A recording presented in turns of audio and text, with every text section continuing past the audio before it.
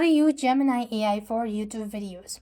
To generate YouTube videos idea using AI on Google search, you could access the AI and provide a clear prompt specific or specifying your needs, then refining the output for a best result. So basically what you need is access the AI or go to the Gemini website AI. So open up Gemini on your device and make sure that you've also registered with your Google account. Now, what you need is just type a request in the text box. The quality of idea depends on how specific the prompt is. And you need to review the ideas and use a follow up prompt to get more specific. For example, ask AI to focus on such specific audience and all that.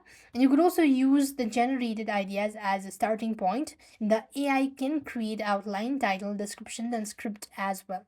So this way you could go ahead and use AI for generating YouTube videos or ideas. So you could also use the text bar, or you could just go ahead and simply type in the prompt, and accordingly you want to go ahead and give the instructions and you'll get a result. So that's all. I hope the video was helpful. Make sure to like, share and subscribe. Thank you for watching. See you in the next video.